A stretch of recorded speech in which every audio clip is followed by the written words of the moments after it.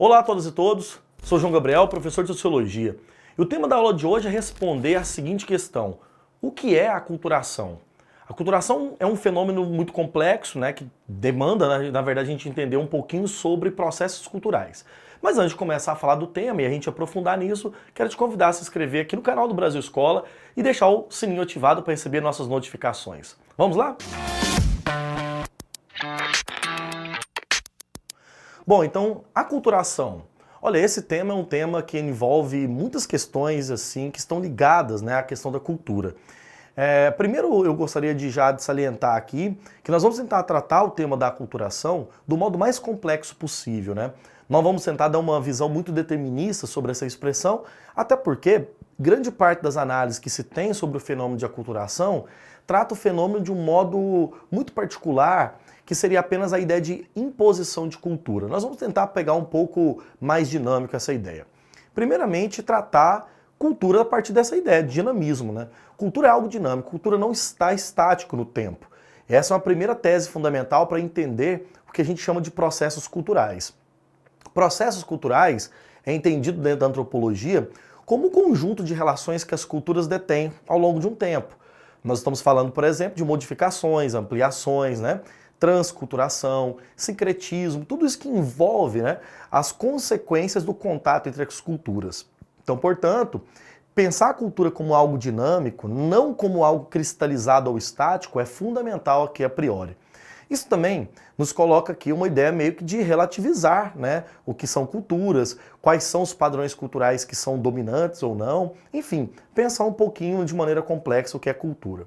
Primeiro ponto fundamental também, ainda ligado a essa ideia, é que a palavra aculturação, ela tem uma tradução muito mais ligada à noção de fusão cultural, de contato entre culturas.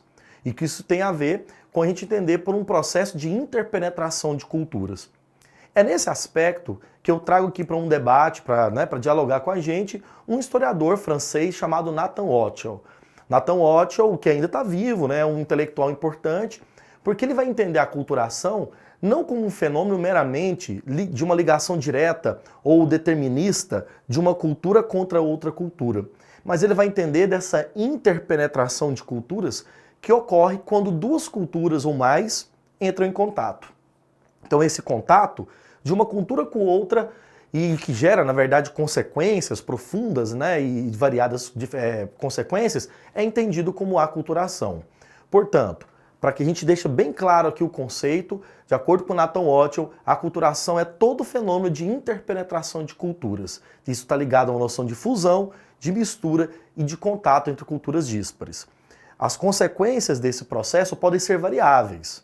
Nós podemos ter consequências mais sistematizadas, por exemplo, quando uma certa contato cultural ele é feito já esperando um certo resultado.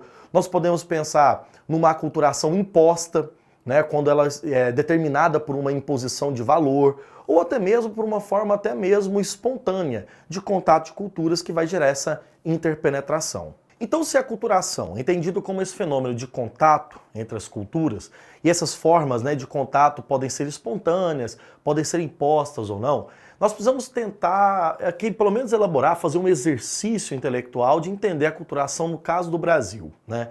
Toda vez que a gente vai falar de aculturação, é meio que automático, já virou uma questão de lugar de senso comum, pensar a cultura e a aculturação como o contato que a cultura portuguesa tem com a cultura indígena.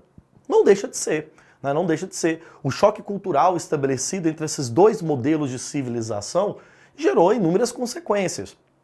Uma delas é que esse fenômeno ele foi impositivo. Nós sabemos muito bem que a colonização utilizou das práticas do exercício de etnocentrismo, de imposição cultural, de violência cultural contra as populações indígenas. Isso aqui ninguém nega. Agora, será que até que ponto isso é completamente prejudicial? E aí que os autores do relativismo cultural vão trabalhar de uma maneira bastante interessante, que é esse contato da cultura portuguesa europeia com a cultura indígena gera mudanças profundas no âmbito das culturas atuais no Brasil. Então, por exemplo, a incorporação, a assimilação de valores da cultura portuguesa quanto da cultura indígena, e isso normativamente cria uma nova forma, uma nova maneira de pensar as culturas. E aí a grande pergunta que fica é, no século XXI, né, em meio a uma era de globalização, de tecnologia, de um avanço cibernético muito grande, né, do mundo das redes sociais, culturas estariam intactas ainda? Seria possível afirmar essas culturas intactas? Essa é uma grande questão que a gente pode responder dialogando aqui com outro autor, um cara chamado Stuart Hall. Stuart Hall tem um livro chamado A Identidade Cultural na Pós-Modernidade, uma obra muito clássica, muito famosa dele, onde ele vai falar que o sujeito pós-moderno, esse sujeito do nosso tempo, do século XXI, é um sujeito descentralizado. A cultura não está mais necessariamente num espaço físico.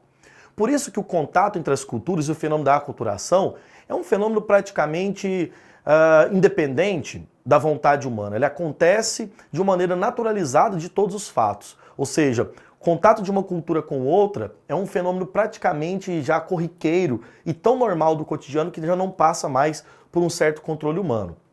Aonde nós podemos chegar aqui já a uma conclusão de maneira mais genérica.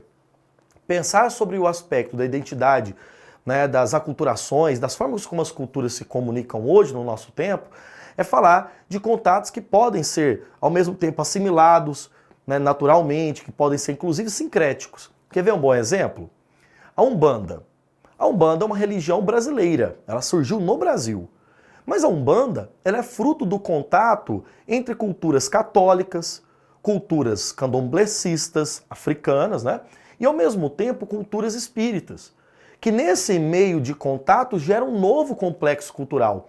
Então nós estamos falando de uma aculturação que gerou um novo fenômeno cultural, uma religião inclusive muito rica. Ora, a aculturação é esse processo de contato que gera assimilação. O Brasil é um país completamente aculturado. Nós não podemos falar aqui dentro de uma cultura pura ou autóctone, tipicamente brasileira. Aliás, se fôssemos assim falar, se existisse uma cultura tipicamente somente brasileira, ela seria por si só aculturada, porque ela é fruto de um contato colonizador, né, de vários povos e várias civilizações, que gera essa matriz multiétnica de culturas. Uma outra questão fundamental, para a gente caminhar aqui para vias de conclusão, é pensar de duas grandes formas que acontecem os processos de aculturação. Que elas podem ser aculturações diretas ou indiretas. As aculturações diretas são aquelas aculturações que são racionalmente pensadas. Elas acontecem de maneira extremamente física, num grau de imposição muito grande. Por exemplo, guerras, né, imigrações, nós podemos falar, por exemplo, de colonizações, que são formas de aculturação direta, ou seja, existe uma imposição de uma determinada cultura sobre a outra cultura em certos lugares ou espaços. Veja, numa guerra, nós temos a entrada, por exemplo, de exércitos e o uso da força e da dominação impondo valores culturais em certos ambientes. Isso fica muito claro, vamos pensar na Segunda Guerra Mundial, nas localidades que incorporavam a cultura alemã quando os exércitos de Hitler ocupavam certos espaços. Quando pensamos em colonização, já citamos esse caso aqui, mas podemos falar do caso inglês na Índia, né, que incorporou naquela sociedade a imposição de determinados valores. Agora, outro tipo de aculturação muito comum também, e que a gente está aqui imerso nela de uma relação quase que independente da nossa vontade, são as aculturações de tipo indireta. E elas acontecem fundamentalmente através dos meios de comunicação, que de uma forma muito sutil, ou seja, desapercebido simplesmente para a ampla maioria da população, transmite determinados valores e espera, né, desse público esta incorporação.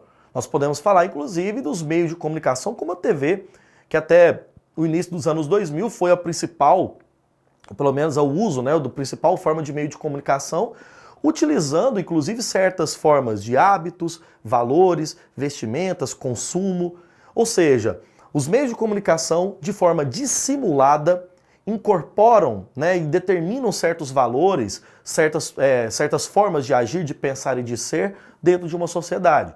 Então nós estamos falando de uma forma que pode ser direta, quando o contato ele é uma relação, né, de ponto A ao ponto B, ou ainda de maneira indireta, ou seja, através de disseminação de valores, de ordens. As escolas, por exemplo, né, o sistema educacional é uma forma também muito indireta, porque ela impõe determinados valores organizados racionalmente aos indivíduos, pressupondo uma normatização, criando uma padronização, né, de hábitos. Para encerrarmos, toda vez que você lembrar da palavra aculturação, vamos lembrar que a aculturação é um fenômeno muito mais amplo do que uma mera imposição de culturas. Até porque, no século XXI, numa era de globalização tão extrema no qual nós passamos, a aculturação é um fenômeno praticamente inevitável, justamente porque estamos num mundo muito mais curto de espaços, ou pelo menos de uma percepção da realidade mais dinâmica. Portanto, lembrando mais uma vez, cultura é algo dinâmico e a aculturação é um dos elementos mais fundamentais das culturas. É isso aí, pessoal. Essa foi a nossa aula sobre aculturação. Se você gostou, deixa um likezinho aqui pra mim, um comentário generoso aqui embaixo também. Lembre sempre também de acompanhar os links que estão na descrição aqui do nosso vídeo. Aqui nós temos muitos links para você aprofundar, textos e mais coisas. Lembra também de nos acompanhar nas redes sociais. Acompanhe o Brasil Escola no Instagram, no Twitter, no Facebook. Eu agradeço você, a sua audiência, a sua presença aqui e te aguardo no nosso próximo vídeo aula. Um abraço.